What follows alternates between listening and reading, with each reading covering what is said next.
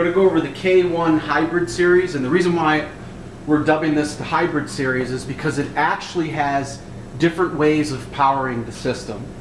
You have down here is a mixing amplifier. So you have the amplifier built in, and it's also used separately as a mixer. And the reason why we did that, if you look up at the speakers, these are 15-inch speakers. What a lot of people don't know, and what you see all over the internet, a lot of people selling karaoke amplifiers with 15-inch speakers, and typically we don't feel a good quality 15-inch speaker is a proper pairing against a karaoke mixing amplifier. So that's why we're using powered speakers, because they have their own power. They're going to deliver the maximum output that the speaker should really be at. If I just used the karaoke amplifier on this system to power a pair of passive 15s, I would never get the same output or quality that I would by having a proper power amp or the powered speakers. So you have power here. Let's say you didn't want to use these and you wanted to hook up a set of smaller speakers. You could actually not use the powered speakers and then go ahead and use the mixing amplifier and use the speaker outputs in the back. Then as you look at the back of this, not only do you have the power here, you also have enough power to plug in another 15-inch passive speaker. You could even plug in the Peavey PV115 subs to this system, just loop them right down to the subs, and this one speaker will go ahead and power up another speaker. So you have, that's why we called it the hybrid series, because there's more than one way to power it. One of the other things I want to talk about real quick is if you notice up here, you'll see that it says powered enclosure 400 watts. And then it shows 800 watts max power, which is basically could be called 1600 watts. So you see where we're heading with this? You have all these people that do the advertisement, or they're jumping in front of a video and they're telling you 10,000 watt system or this and that. No one wants to tell you what the real RMS power is. To us, the real RMS power of this speaker is 200 watts continuous power with a 400 watt rating. And basically we could simply call this, if we wanted, a 3200 watt system. And we wouldn't be lying, but in our opinion we would be stretching the truth. So that's one thing we want you to understand up front, is a lot of people are stretching the truth on the real wattage ratings, things that do not matter. The thing that matters the most is what wattage can you run a speaker at 24/7. And then there's also the misconception that someone needs real 3,000 watts of power in, let's say, even a wedding hall that seats about 300 people. 3,000 watts of real power, you'd be paying thousands of dollars for true quality speakers that matches that type of wattage. In fact, you wouldn't even be using regular receptacles. You'd be on 20 amp fuses. So we want to make sure you understand that. Now we're going to go over the system itself. What I mentioned earlier, you have the mixing amplifier. Unlike the cheaper one, you'll notice some of our systems have the cheaper version of this. There's an economy version, then there's one that's a little bit better. And one of the biggest differences between this one and the cheaper one being an economy, might have a little more buzz in the system, but that's to be expected when you're talking about you know, basically a cheaper amplifier.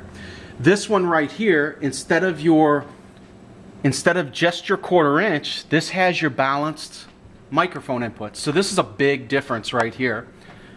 And then you, excuse me, you have the 3 microphones. You have your music master volume, which you see I have that all the way up. Excuse me. Then you have your microphone master volume. And then what you're doing is you're controlling your music here with your lows, mids, and highs. This is your echo station. You'll notice how I have that set. You can change it depending upon the room that you're in. Then you have your mic 2 and your microphone 1. Your mic 2 and 3 are going to be controlled by this. So you are able to separate the 2 mics and control them individually. And then above this you have an LED fan. You have your laptop. This laptop right here it goes into the headphone jack. Then you have the HDMI for the video. And then of course the LED fan is here. You have a laptop stand. So let's say you don't want to sit it right there. You could take it off, sit it right here, or let's say you have two laptops. You're able to run one right there, one right there. Then you have your wireless microphones. You'll notice that I'm using these for color coding, so that way when you're standing further away from the system, you know who has microphone 1, who has microphone 2. Then as we look over to the right here, you'll see the third backup corded microphone. Has the remote control. It even has a racking kit just in case you ever want to rack the amplifier. Now what we're going to do is we're going to go around to the back of the system and go over the hookups real quick.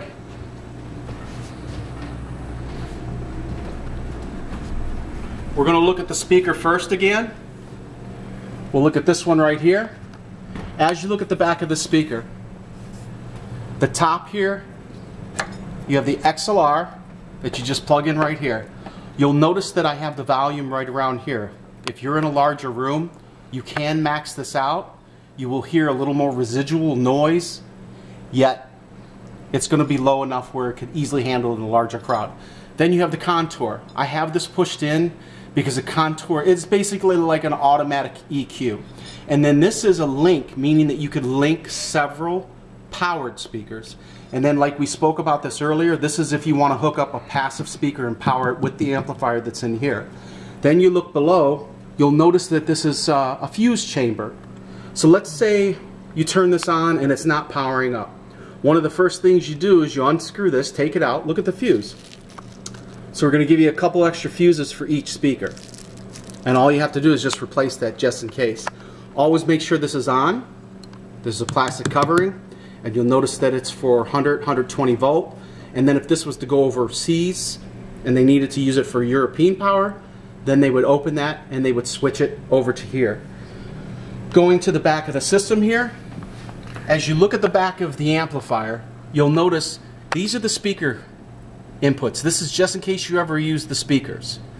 Then you'll notice left and right, RCA, then going to the speakers. Then I have the laptop hooked up right here.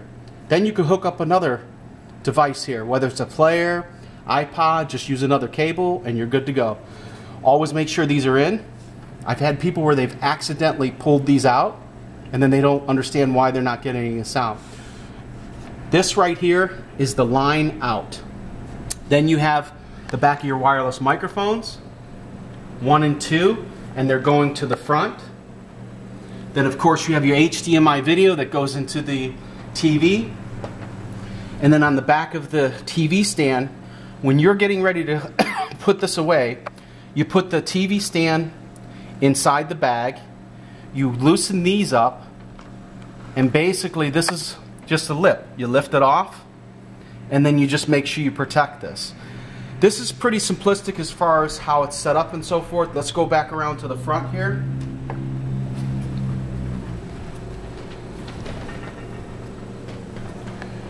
The software is going to be very easy to use. It's probably rated the easiest software. It's been around for numerous years.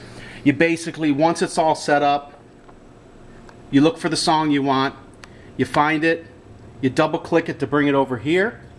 So basically, if I wanted that song, it asks me choose a singer. You could put the singer's name, you could choose whatever the key is that they want it in, and press OK.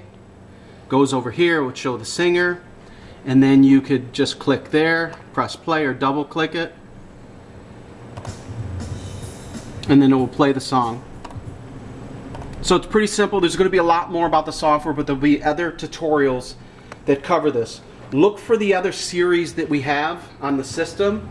You'll notice that there's different things that come with each system. Some of them could come with, if you look over to the left here, this is a powered singing monitor. This is popular for people that want to hear themselves, where they put the speakers in front of them and this behind them. Then you have things like the mic stands. Then look over here. This is another system right here. This will show you what one of our rack systems looks like. So there's two different types of systems that people typically get. There's rack systems with more elaborate mixers, and then you look at your karaoke system here, this is basically for people that want a more simplistic approach. Your more elaborate mixers, we believe them to be superior, but we also know that there's limitations with each consumer. There's consumers that value simplicity more than they do something that's better but has more work involved in operating it. But if you're the type of individual that wants higher end sound, there's going to be a lot of different things you do to tweak the system out, and that's why we customize everything. And that's pretty much it for the K1 Hybrid series.